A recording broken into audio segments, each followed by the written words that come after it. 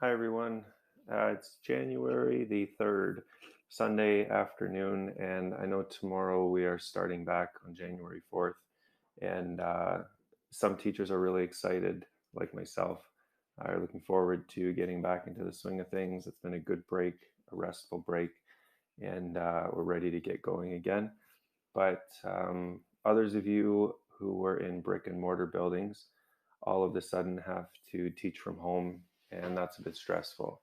So, understanding that, I thought I'd take a few minutes just to put together a quick video with two ideas for your first week that students can do online remotely from home.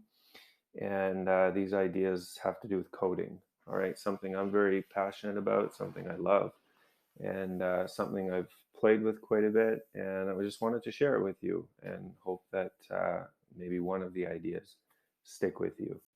Okay, so the first place I want to take you to is code.org.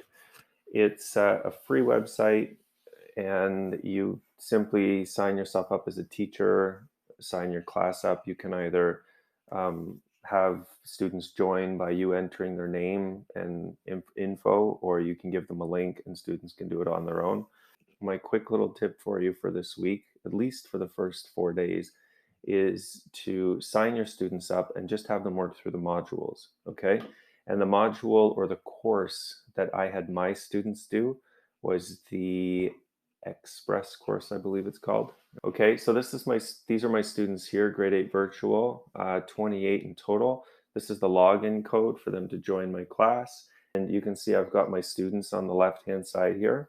And then basically they just work at it and they hammer out the different modules. So this one here is called Dance Party. Very easy, the access points here are huge, very approachable activity, very easy activities, very manageable. Activity number 2, they're going to be programming with Angry Birds. One here is looking at Star Wars characters. So you got BB-8, and there's another one I'm looking for. We've got Anna and Elsa. So as you go through the activities, they will get harder and harder and harder.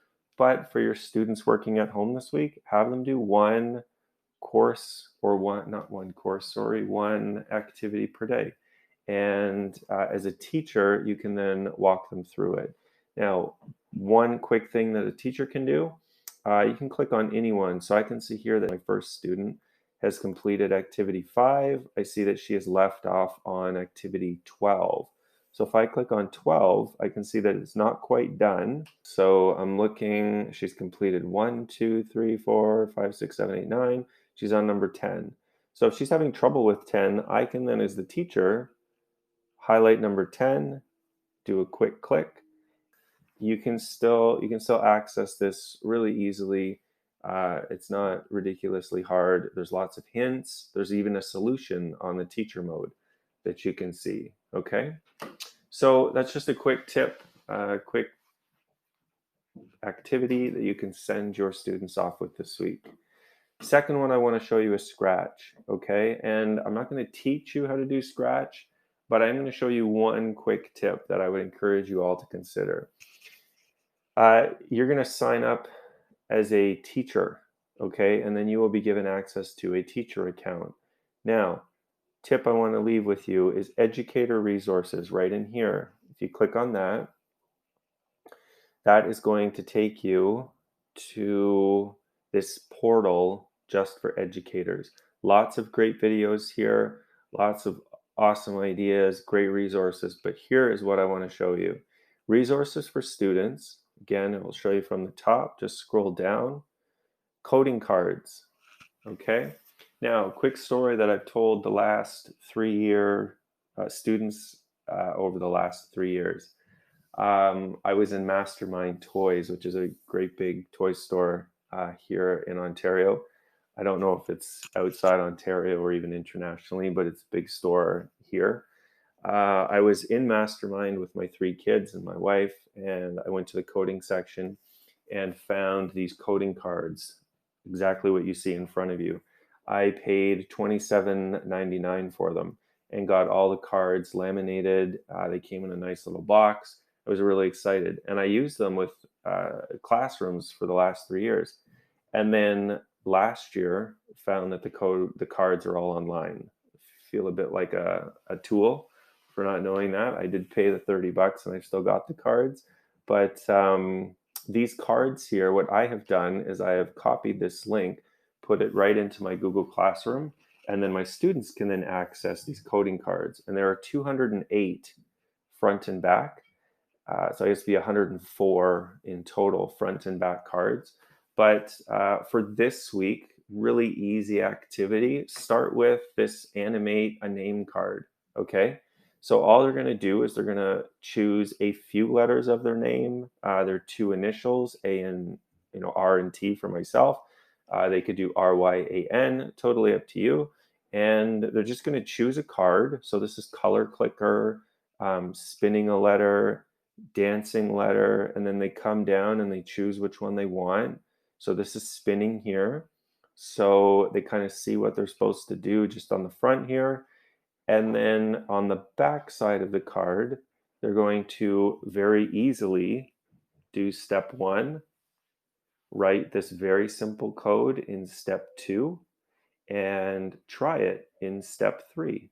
All right, really easy to do. Here's the tip, and then they go on to the next one. So maybe for Ryan, R is going to be playing a sound, Y is going to be spinning, A might be changing color. Maybe the letter A is going to be changing color, and it's really easy to do. It's really not a difficult activity. I've done this with classrooms as young as grade 4. We'll try color clicker. Okay. So step one here is to choose a sprite. So I'm going to come down here. I'm going to click on the cat, and I'm going to choose the letter R for Ryan. Okay, so there is R. All right. Now, step two, choose a background. I'm going to skip that part. It's really easy to do. You just come down here, grab a, well, I'll grab a background. I'm already here. We'll do a baseball diamond. Okay, so there's my background. I've got the letter R. And now what I need to do is I need to write this really simple code. It's only 2 blocks. It's not hard.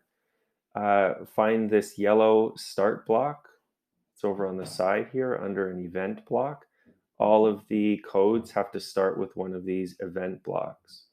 So we're going to do when this sprite is clicked. I'm going to give you a hint. I'm not going to do that one. I'm going to do spacebar, because then what I can do is I can have all of the letters start with spacebar. You can have them all different. You can have R start with the up arrow, Y start with the down arrow, but if you have them all start with spacebar, then all the letters will move at the same time. Okay, so next I've got to change color effect by 25. So let's look at that. We're going to go over here to looks, and we're going to go to change size, change color by 25. Try different numbers. Let's try 25 and see what happens. Okay, so there it turned green. Click again, it turns red. One more click, it turns blue. Now here's a fun little tip. Grab a control block and do repeat forever. Okay? And now what you're telling this code to do is when I hit the space bar, it is going to change color effect by 25, but it will go forever. And now when you hit spacebar, it's going to go forever. It's really fun. So now what you can picture here is a student doing their name, and if they do color click for all of them or color change for all of them and they hit spacebar, they've got this neon sign or this flashing light sign that they can create. Okay, so those are my 2 tips for you. Get your students signed up for code.org, and I would encourage you to consider registering for a Scratch Educator account. And then once you're in, go and grab these cards, these coding cards, put the link in your Google Classroom. Your kids can grab them, and then they can spend at least the first 4 days having some fun with coding. All right, cool. So I hope you have a great first week back. I'll be thinking of you. I'll be cheering for you from Peterborough. If you need any help, email is teachingsmarter@gmail.com. And if there's more interest in these videos, or you want to spread the love, I'm not going to ask you to like or share or click or anything like that.